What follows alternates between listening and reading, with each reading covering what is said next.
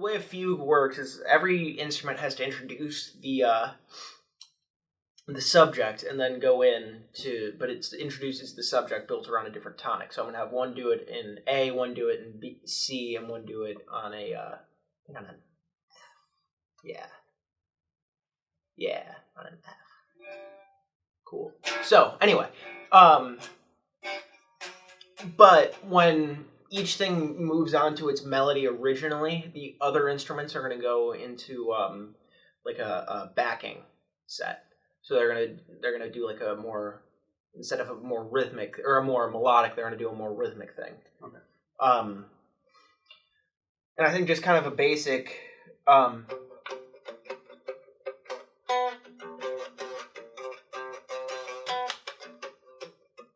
just something basic like that bounces around. It keeps the time really consistent. So while the melodic piece is going through. So let's record your F line first. And then we'll record the octave A line and the C line. Because I'm going to do the piano last because that means I have to lug everything upstairs. Mm-hmm. So fair enough.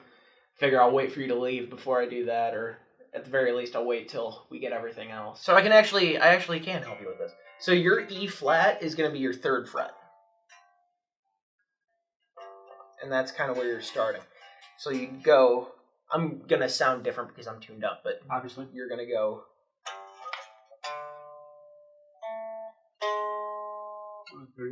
3 to 5, so 5 to 7 to 6. Yeah. So just 3 to 5, right?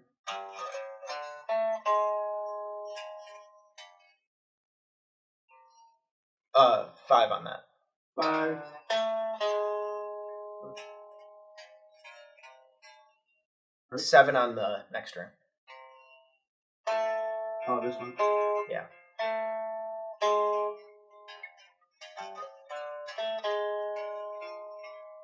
The first time it's just, and then the second time goes. Do you play it again on the 5? Yeah. Is it just a slide or is it a slide and a 5? Just a slide. Wrong string! Wrong string. You're gonna get irritated. Man, I've been trying to write a fugue for like 3 years. I've been irritated for 2.5 of those years. 5, 7, 6. 7, 6, and then...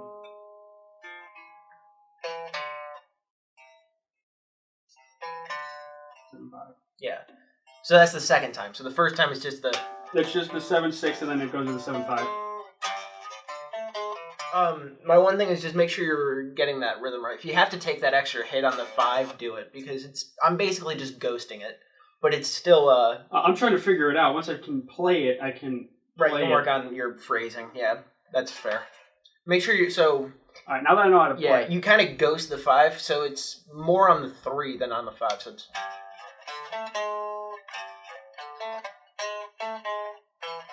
Now I'm fucking it up.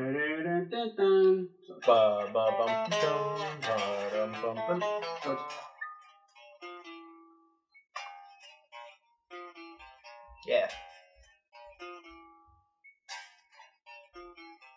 Yeah. So when you get the melody as opposed to just the subject, so the subject's that main riff that we're working on now. Mm-hmm. When you get the melody, I want it to end with a kind of repeating phrase of...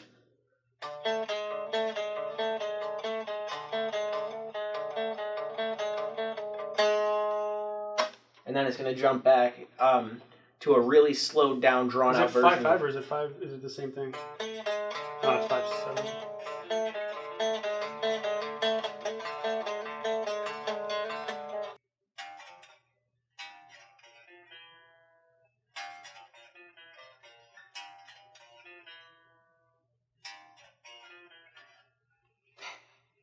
It's weird. Why? It's weird. It's a weird riff. Gives it a psychedelic feel. Did that change the tone? It did. Okay, so this was on. That's cool. If you turn it off, doesn't sound good. It sounded really fat when I was listening to it before, and I totally forgot that was like There. in the on position. It's with it off.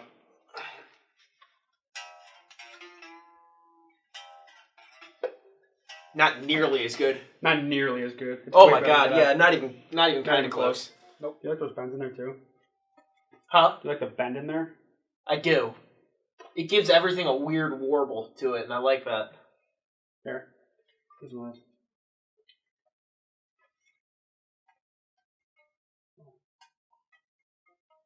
Wrong one.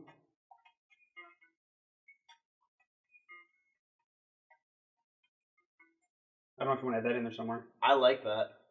Palm I muted. think, yeah. So here's what I'm thinking. When I start recording you, you're going to play the main thing twice. What I've been playing. Yeah, just the main way, twice. And Okay. then I'm going to kill it, and we're going to... Listen to it and make sure I don't have to Right, redo make it. sure that's good. And then I want you to do that twice. Palm muted? Yeah. Okay. That's so cool. Because the way everything's hitting, it has like a slap delay effect on it as it is. And then when you record the rest of your stuff, just try and keep your timing consistent. And that way, when I record my other instruments on It's top, all... right.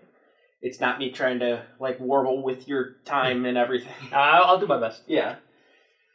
I mean, being off a little bit is fine, and I think with having an instrument being kind of the timekeeper as it is, then, you know, everything can kind of fall in line. That's kind of how I recorded what I Want You, is I did the drums, and the drums are all over the place metrically, but I'm listening to the drums, so it's fine. Everything's following the drums, so it sits okay. First take of the fugue for real this time. Fugue you no more. Maybe. Terrible. All right, whenever you're ready. That's last episode. I know. Which I haven't edited yet. Nope, Yeah, we're not. Because I want it to be one thing, so... Yep, I forgot to bend it.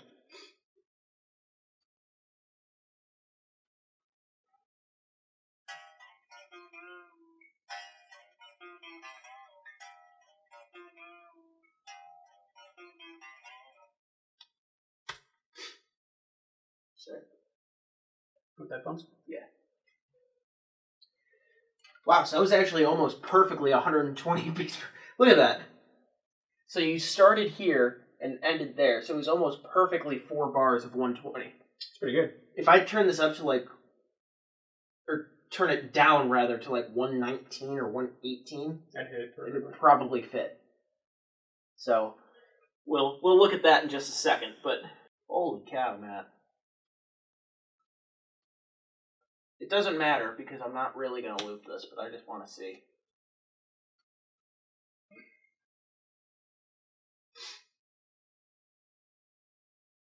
Holy cow. Listen to this. Go. Listen to how perfectly it loops.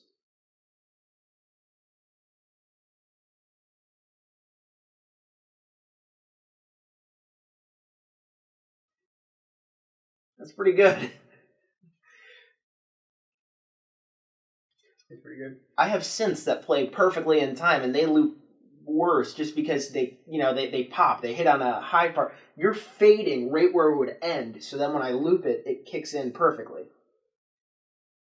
First try. That's wild. Palm muted? Yep. No click? Nope. Good. Clearly don't need one. Yeah. Evidently.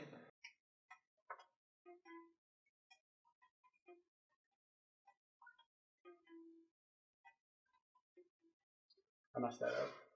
That bottom string I hit, it wasn't Well, you may not have. it wasn't fully muted. I don't know if you like it or not, but it's not that I messed up the timing. Oh yeah, no. The time I was gonna say the timing looks actually really good. Just the tone ostensibly. That I messed up. Oh, I'll be the judge of that. Just for my own curiosity mostly, but because if you did this twice perfectly like that, I'm gonna be real impressed with you. I'm gonna be impressed with myself because I can't play for shit.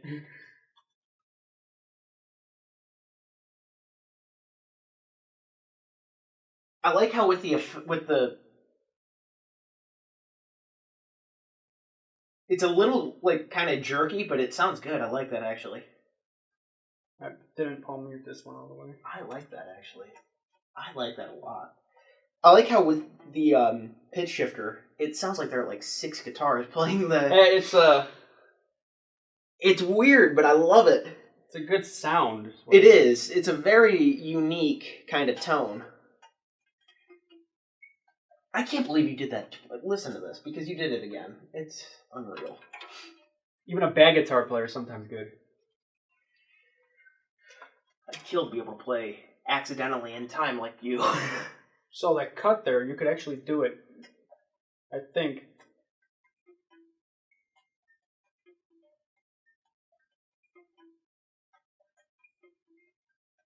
If you skip that last one and go straight back up. Like if we were playing it... If you're playing it... Like live? Live, you could skip the last one, go right back up, and it would sound exactly like that. Or if you had to shift real quick, just back so you're playing like basically a power chord shape, and you just kind of almost do like a little like skip pick on the... Yeah. On the, what would be an A string or what would be a whatever string. Can be played as is. That's pretty wild, man. I'm going to be honest with you.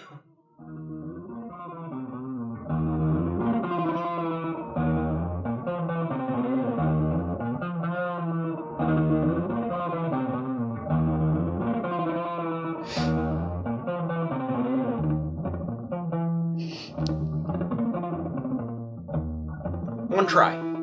One try. One try.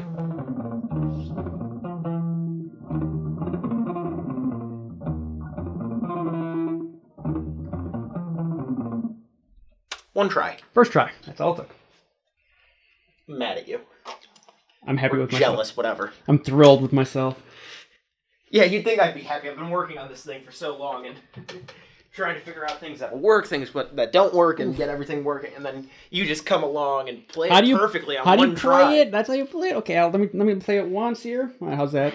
Oh, it's perfect? All right, cool. Took some practice, but then first try we were recording, and then all of a sudden, just perfectly in time. I really do honestly think the click would have thrown it off. I agree. I do too. And I don't know what it is in your head that's just kind of going like... It's funny because in my head, I can never play in time. If you have a metronome, I can't do whatever. Well, I'm the same way because when I hear a metronome, I'm so conscious of it. But if I just listen to like, if I can get like a drum machine and like a bass line going, then I can fall in because I can hear everything and I'm like, okay, here's where this fits in the groove. That's how I recorded the song that has the working title of Irony, that's making fun of pop music largely. But didn't I give you that idea? You gave me the idea of having the working title be Irony, yes. Yes, I thought so. But that's how I did that. I got the drum machines down, and then I got the bass line. The bass line took some work, but I got it in. And then the guitar line was pretty much just a couple of takes of me just sitting there and just hammering out these chords. Yeah. So let's get you plugged in. Get you plugged in. Let's get some tones dialed up. Plug and chug up in here. Oh, my Steve Harris, my guitar. I don't know what that means. Steve Harris, bassist for Iron Maiden. Oh, okay. He plays the dun dun dun dun dun dun dun dun all the time. Barracuda. Look at any Iron Maiden bass line. There's at least one. The kind of galloping. Steve Harris was notorious for galloping. I used to fucking hate those types of guitar lines. Not even because they were like difficult to play. I mean, they are a little weird to play to get like, because you have to really fall into the groove with that. See, I could never alternate pick like that until like yesterday. I figured out how to do it. Gotta hold the pick sideways. Shake and bake. I don't know why I yelled that, but whatever.